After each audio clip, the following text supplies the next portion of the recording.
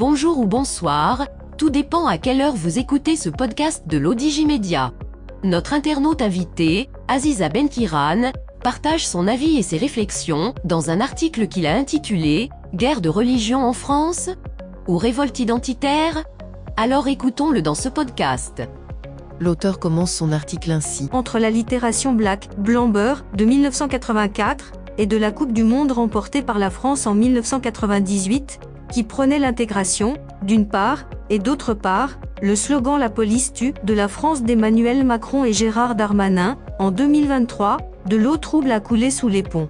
Un président qui promet de ne pas renoncer aux caricatures du prophète, et se vante de 28 000 opérations de contrôle, 906 fermetures d'établissements, 54 millions redressés ou recouvrés, 600 signalements, bref une lutte sans merci contre un islam dévoyé, dit-il, pour se débarrasser de l'histoire embarquée des pays d'origine. Une cause. Une véritable croisade voulant imposer la séparation d'avec le pays d'origine et de l'islam sunnite, complètement diabolisé.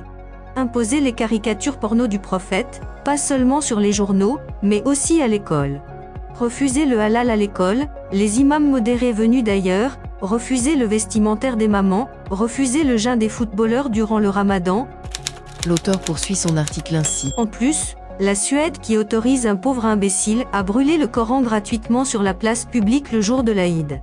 Ça aurait pu être la France, et en tout état de cause c'est un pays européen. Une Europe qui se barricade, et regarde mourir 700 âmes en Méditerranée. On vous renie donc les traditions familiales, la croyance religieuse, votre langue maternelle, et l'histoire de vos origines. Sans parler de l'identifiant, le nom à consonance arabe, qu'on vous conseille de changer, et que les tribunaux vous autorisent à changer facilement, pour lutter contre la discrimination institutionnalisée. L'auteur ajoute ainsi. Et la goutte qui fait déborder le vase, la mort d'un enfant de 17 ans, illégitimé par une vidéo amateur. Depuis l'arrivée de Gérard Moussa Darmanin, il y a eu 13 tirs mortels de la police française, pour simple refus d'obtempérer. Un tag combien de victimes n'ont pas eu droit à la vidéo? Peut-être 13 Naël.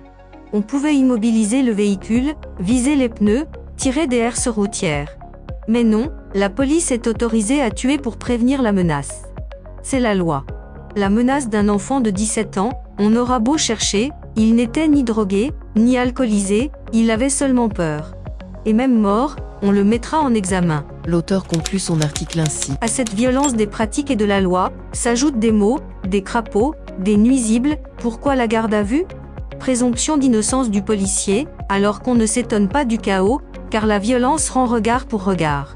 Mais ce n'est pas tout, à présent pour apaiser cette jeunesse, on veut la priver du droit au numérique, de sa liberté d'expression sur les réseaux sociaux.